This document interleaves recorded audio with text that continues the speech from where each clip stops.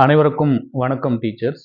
Dharmapuri star genius அகாடமியிலிருந்து முதுகலை பட்டதாரி ஆசிரியர்களுடைய போட்டித் தேர்வுக்காக ஏற்கனவே நம்ம கல்வி உளவியல் பாடப்பிரிவிலிருந்து டெஸ்ட் பேட்சும் ஆன்லைன் கிளாஸஸும் ஸ்டார்ட் பண்ணியிருக்கிறோம். தொடர்ந்து அதில் 2 யூனிட்டை கம்ப்ளீட் பண்ணியிருக்கிறோம். So unit 1 pre primary education அதை கம்ப்ளீட்டாக நம்ம முடிச்சிருக்கிறோம். அடுத்ததாக 2வது யூனிட்டு நேஷனல் இன்டகிரேஷன் தேசிய ஒருமைப்பாடு அந்த இயலையும் கம்ப்ளீட் பண்ணியிருக்கிறோம். தொடர்ந்து 3வது யூனிட் போயிட்டு இருக்கு. 3வது யூனிட்டை பொறுத்தவரையில் history and culture of Tamil Nadu education பார்ட்டில் தமிழக வரலாறும் பண்பாடும் அந்த யூனிட்டை பொறுத்தவரையில் இதுவரை நம்ம 7 டெஸ்ட்டை எதிர்கொண்டிருக்கோம். இந்த டெஸ்ட்டை பொறுத்தவரையில் 8வது டெஸ்ட்டுக்கான சப் கண்டென்ட் இது.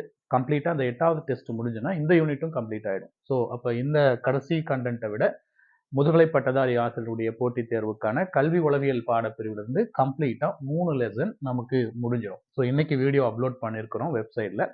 அதை தொடர்ந்து ஆன்லைன் கிளாஸில் ஜாயின் பண்ணவங்கலாம் பார்த்துட்டு 6ஆம் தேதி இந்த எக்ஸாமை எதிர்கொள்ள போகிறீங்க. டெஸ்ட் பேட்ச் உள்ளவங்க இந்த கண்டென்ட்டை பார்த்துக்காங்க. நீங்கள் ஓன் மெட்டீரியல் ப்ரிப்பேர் பண்ணிட்டு இந்த டெஸ்ட்டுக்கு வரணும். வழக்கம் போல் அதே ப்ரொசீஜர் தான். இன்றைக்கி நம்ம வீடியோ அப்லோட் பண்ணியிருக்கிறோம். 2 நாள் ப்ரிப்பேர் பண்ணுறோம். 3வது நாள் எக்ஸாம் எழுத போகிறோம். அந்த அடிப்படையில் இன்னைக்கு 4ஆம் தேதி கடைசி சப் டாபிக் இந்த யூனிட்ல அதை நம்ம சொல்லியிருக்கிறோம். இன்னைக்கும் நாளைக்கும் நீங்கள் ப்ரிப்பேர் பண்ணிட்டீங்கன்னா 6ஆம் தேதி 6/6/2025 அன்னைக்கு இந்த போர்ஷன்லேருந்து இந்த பகுதிகளிலிருந்து ஒரு தேர்வை மீட் பண்ணிட்டோம்னா இந்த யூனிட் கம்ப்ளீட் ஆகிடும். ஸோ அப்போ இந்த யூனிட்டுடைய சப் கண்டென்ட் என்ன தலைப்புகள் எல்லாம் நம்ம படிக்கணும் அப்படிங்கிறது. ஸோ இது எல்லாமே நமக்கு என்டையர் சப்ஹெட்டிங்குமே நம்ம டீச் பண்ணியிருக்கிறோம். டீச் பண்ணி ஆன்லைன் கிளாஸ் ஜாயின் பண்ணவங்களுக்கு எனேபிள் ஆகிற மாதிரி இதை பார்க்குற மாதிரி நம்ம வெப்சைட்டில் கொடுத்துருக்குறோம். டெஸ்ட் பேட்ச் உள்ளவங்க நீங்கள் ப்ரிப்பேர் பண்ணிக்காங்க இந்த ஹெட்டிங் எல்லாம். ஸோ சப்டாபிக்ஸ் பாருங்கள் இங்கே கொடுத்துருக்கேன். ஸோ இந்த கடைசி டெஸ்ட்டை பொறுத்தவரையில் historical places and tourist centres முக்கிய சுற்றுலா தலங்களை பற்றி நம்ம ப்ரிப்பேர் பண்ணணும். அதே போல் வேர்ல்டு ஹெரிட்டேஜ் சென்டர்ஸ் உலக பாரம்பரிய களங்கள் இது ஒரு முக்கியமான டாபிக். இந்த இடத்துல இருந்து கேள்விகள் கேட்டிருக்காங்க. உலக பாரம்பரிய களம் அப்படிங்கிறது. ஸோ அப்போ இந்த உலக பாரம்பரிய களம் அப்படிங்கிறத நம்ம ப்ரிப்பேர் பண்ணி ஆகணும். அதை ஒரு குறிப்பாக தமிழ்நாட்டோட ஹிஸ்ட்ரியை நம்ம படிக்கிறதுனால அதில் ஒரு 4 முக்கிய பகுதிகள் வச்சுருக்காங்க. அந்த 4 2ஆக பிரிச்சிருக்காங்க. அது பிறகு சொல்கிறேன் எப்படிங்கிற அந்த சைடு சொல்லிட்டு வரும். அதில் சப்டாபிக் பார்த்துருவோம். ஸோ இப்போ historical places and tourist centre இது ஒரு முக்கிய சப்டாபிக். அதை தொடர்ந்து வேர்ல்டு ஹெரிட்டேஜ் சென்டர் அப்படின்னு சொல்கிறோம். வேர்ல்டு ஹெரிட்டேஜ் கன்வென்ஷன் ஆக்ட் படி பண்ணுது, யுனெஸ்கோவால் பிரேம் பண்ணப்பட்டது. அப்போ அதை சார்ந்த விஷயங்களை நீங்கள் ப்ரிப்பேர் பண்ண ஆரம்பிக்கணும். அண்ட் தென் 3வது டாபிக் பார்த்தீங்கன்னா கிரேட் லிவிங் ஷோலா அப்படின்னு பார்க்குறோம். அப்போ இது என்ன அப்படின்னா அழியாத சோழர் பெருங்கோவில்கள் இதெல்லாமே வேர்ல்டு ஹெரிட்டேஜ் சென்டரால் நம்ம பாதுகாத்துட்டு வரோம். உலக பாரம்பரிய களங்கள் அப்படின்னு அறிவிக்கப்பட்டதுங்க யுனெஸ்கோவால். அப்போ அழியாத சோழர் பெருங்கோவில்கள் அந்த லிஸ்டெல்லாம் எடுக்க போகிறோம் என்னென்ன அப்படிங்கிறது. குறிப்பாக அவங்களே இந்த 4 சப்டாபிக் கொடுத்துருக்காங்க. தஞ்சை பிரகதீஸ்வரர் டெம்பிள், தஞ்சை பெரிய கோவில், கங்கை கொண்ட சோழபுரம் இதையும் நம்ம ப்ரிப்பேர் பண்ணி ஆகணும். அரியலூர் டிஸ்ட்ரிக்ட் இருக்கக்கூடியது கங்கை கொண்ட சோழபுரம் ஒரு சிவாலயம். அடுத்து பார்த்தீங்கன்னா 3வது சப்டாபிக்காக நம்ம ப்ரிப்பேர் பண்ணக்கூடியது ஐராதீஸ்வரர் கோவில். இதையும் நம்ம ப்ரிப்பேர் பண்ண போகிறோம். கும்பகோணத்தில் இருக்கக்கூடியது. 4வது சப்டாபிக் பார்த்தா இதெல்லாமே சோழருடைய நினைவுகளாக இருக்குங்க. மகாபலிபுரம் நினைவு சின்ன குழு அப்படிங்கிறத பொறுத்தவரையில் இது பல்லவர்கள். ஸோ இந்த 4ம் மிக முக்கியமான அப்படின்னு படிக்கிறோம்.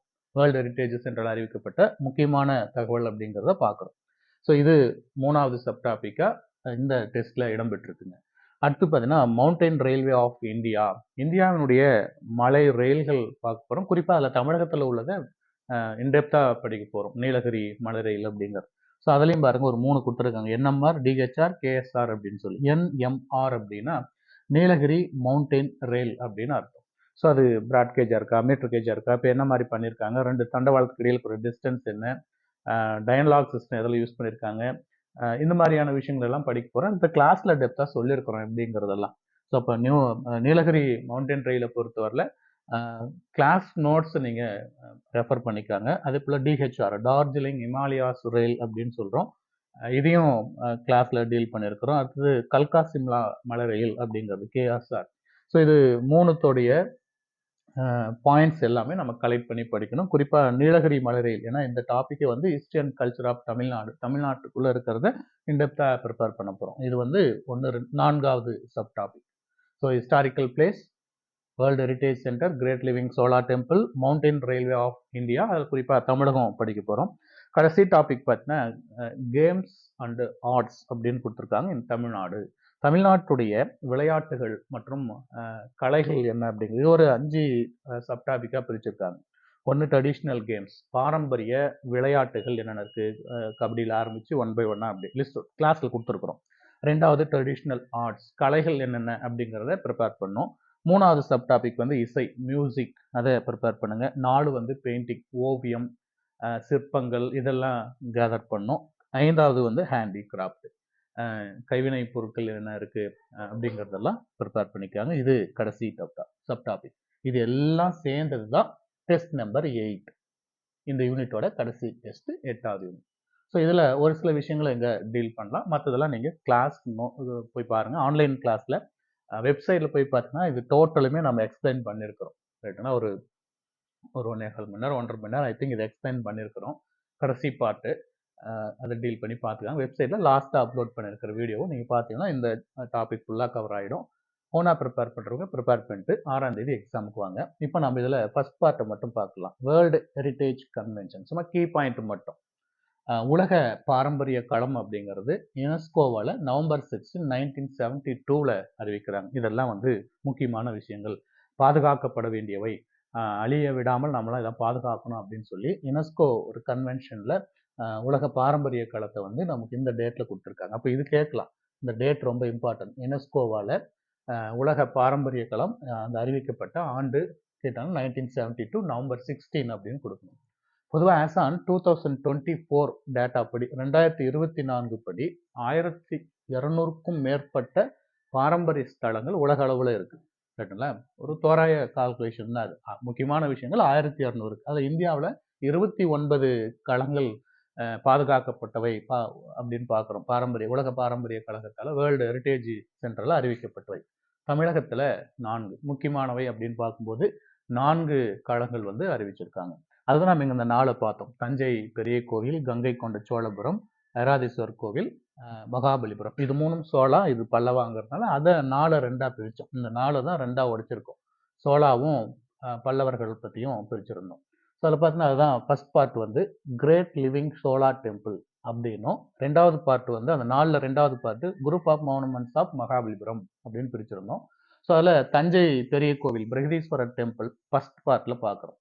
தஞ்சை இது டிஆர்பிலே கேட்டிருப்பாங்க, தஞ்சை பெரிய கோவில் யார் பில்ட் பண்ணாங்க, கட்டந்து யார் அப்படின்னு. அப்போ ராஜராஜ சோழர் 1, முதலாம் ராஜராஜ சோழன் வந்து தஞ்சை பெரிய கோயிலை கட்டிட்டு அதில் சில முக்கியமான வார்த்தைகள் 1010 ஆண்டுகள் பழமை வாய்ந்தது. இப்போ ரீசெண்டாக அந்த விழா கூட எடுத்தாங்க இல்லையா, அது போல். அதே போல் உலகிலேயே ஃபஸ்ட்டு முதல் கிரானைட் கோவில் அப்படின்னு எதுன்னு கேட்டாங்கன்னா தஞ்சை பெரிய கோவில் அப்படின்னு கொடுக்கணும். அதில் 25 டன் நந்தி சில இருக்கிறதா பார்க்குறோம். அதே போல் கோபுரத்துக்கு மேலே 80 டன்னில் ஒரு கல்பாறை இருக்கிறதாவும் பார்த்துருக்குறோம். முக்கியமான தகவல் அப்படின்னா இதில் ராஜராஜா சோழன் பார்த்து வச்சுக்காங்க. அடுத்தது பார்த்தீங்கன்னா இது எப்போ வந்து உலக பாரம்பரிய களமாக அறிவிச்சாங்க அப்படிங்கிறது, வேர்ல்டு ஹெரிட்டேஜ் சென்டர் வந்து எப்போ அறிவிச்சாங்கன்னா 1987. ஸோ இதில் 2 முக்கியமான கீ பாயிண்ட் இருக்குது. ஒன்று பில்டு பை ராஜராஜா சோழா 1, அதே போல் அறிவிக்கப்பட்ட ஆண்டு அப்படின்னு கேட்கலாம். மற்ற பாயிண்ட்ஸ்லாம் நீங்கள் கேதர் பண்ணி பார்த்துக்காங்க. இது தவிர ஏதாவது நம்ம கிளாஸில் கொடுத்துருக்கிற பாயிண்ட்ஸையும் சேர்த்து படிச்சுக்காங்க. அடுத்தது வந்து கங்கை கொண்ட சோழபுரம் சிவாலயம். இது ரைட்டுங்களா? அரியலூரில் இருக்குங்க கங்கை கொண்ட சோழபுரம். ஆக்சுவலி முதலாம் ராஜராஜ சோழனுடைய மகன் தான் வந்து ராஜேந்திர சோழன் அப்படின்னு சொல்கிறோம். அவரால் கட்டப்பட்டது. ஸோ அப்படி பார்த்தீங்கன்னா இது அரியலூருக்கு சிவாலயம், ராஜேந்திர சோழன், இதுவும் முக்கியமானது தான். யார் வந்து கங்கை கொண்ட சோழன் பேர் டிஆர்பிலே கேட்டிருக்காங்க. கங்கை கொண்ட சோழபுரம் யாரு அப்படின்னு. அது கட்டினது யாருங்கன்னா ராஜேந்திர சோழன் அப்படின்னு போடணும். 11ஆம் நூற்றாண்டுல இந்த கோவில் எழுப்பப்பட்டது. பாருங்க அடுத்த point, similar to the Brihadeeswarar temple. Thanjai பெரிய கோயில் மாதிரிலேயே, அந்த அளவுக்கு பெருசாலும் தஞ்சை பெரிய கோவில் மாதிரிலேயே அதை எழுப்பியிருக்காங்க அப்படிங்கிறது கூடுதல் சிறப்பு. இதை பொறுத்தவரை எப்போ வந்து வேர்ல்டு ஹெரிட்டேஜ் சென்டர் உலக பாரம்பரிய களமாக அறிவிச்சாங்க அப்படின்னா 1987. அப்போ இதுவும் 1987 தான், இதுவும் 1987 தான் இது வந்து உலக பாரம்பரிய களமாக அறிவிக்கிறாங்க. அடுத்து பார்த்தீங்கன்னா ஐராதீஸ்வரர் டெம்பிள் தாராசுரம், கும்பகோணத்துக்கு அருகில் இருக்கக்கூடிய தாராசுரத்தில் ஐராதீஸ்வரர் டெம்பிள் அப்படின்னு பார்க்குறோம். இது 12ஆம் நூற்றாண்டு, இது 11ஆம் நூற்றாண்டு, இது பார்த்தீங்கன்னா 12ஆம் நூற்றாண்டு. இது யாருன்னு பாருங்க, ராஜராஜா சோழா 2 அப்படின்னு பார்க்குறோம். 2ஆம் ராஜராஜ சோழனால கட்டப்பட்டது. இது ஒரு கற்கோவில். ஏற்கனவே இதுவும் பாருங்க முதல் கிரானைட் கோவில் அப்படின்னு சொல்லியிருக்கோம். இது வந்து கற்கோவில். இங்கு வந்து ஒரு வரலாறு உண்டு. இந்திரனுடைய யானை இங்கு வழிபட்டதாக ஒரு வரலாறும் உண்டு இந்த ஐராதீஸ்வரர் டெம்பிள்ல. இது எப்ப வேர்ல்டு ஹெரிட்டேஜ் சென்டரா மாத்துனாங்க அப்படின்னா 2004ல.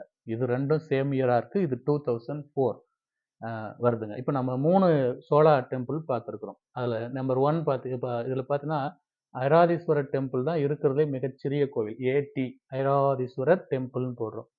மற்ற 2 எது அப்படின்னா இங்க பிரகதீஸ்வரர் டெம்பிள். அது பிடின்னு வச்சுக்கலாம். ஏடினா ஐராதீஸ்வரர், பிடினா பிரகதீஸ்வரர். அடுத்தது இன்னொன்னு இருக்கு. என்ன போட்டிருக்காங்கன்னா கங்கை கொண்ட சோழபுரம். அதுக்கு என்ன G Gangai, K konda C Cholapuram. அப்ப இந்த 2 கோவிலையும் கம்பேர் பண்றபோது ஐராதீஸ்வரர் டெம்பிள் லெஸ் தேன் சிம்பிள்ல போட்டிருக்கு. சின்னது, மிகச்சிறியது.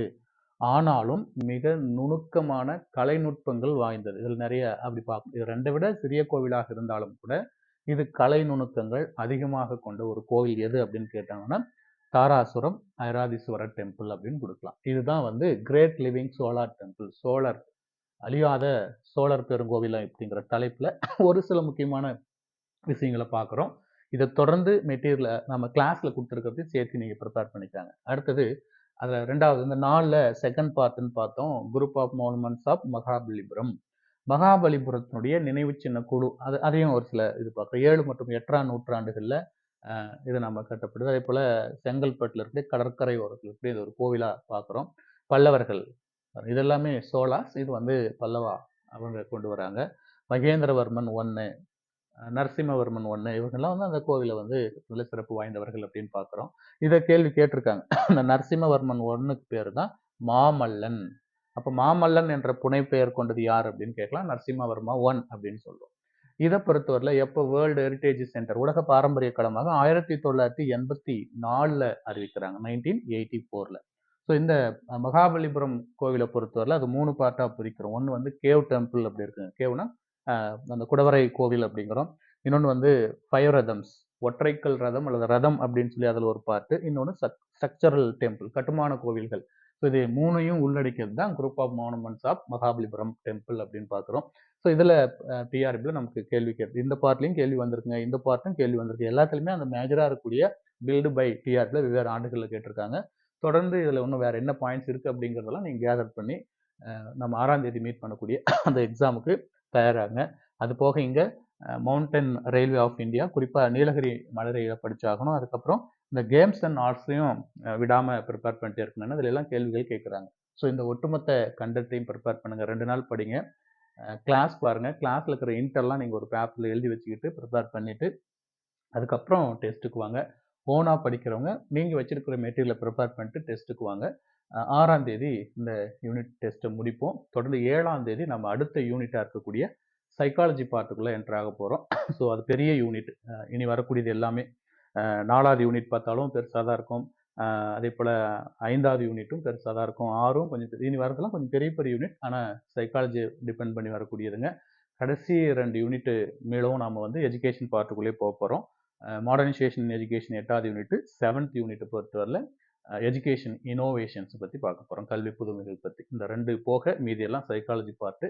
ஸோ தொடர்ந்து ப்ரிப்பேர் பண்ணிட்டே இருங்க. ஸ்டார் ஜீனியஸ் அகாடமி உங்கள் அனைவரையும் வாழ்த்துகிறது. நன்றி.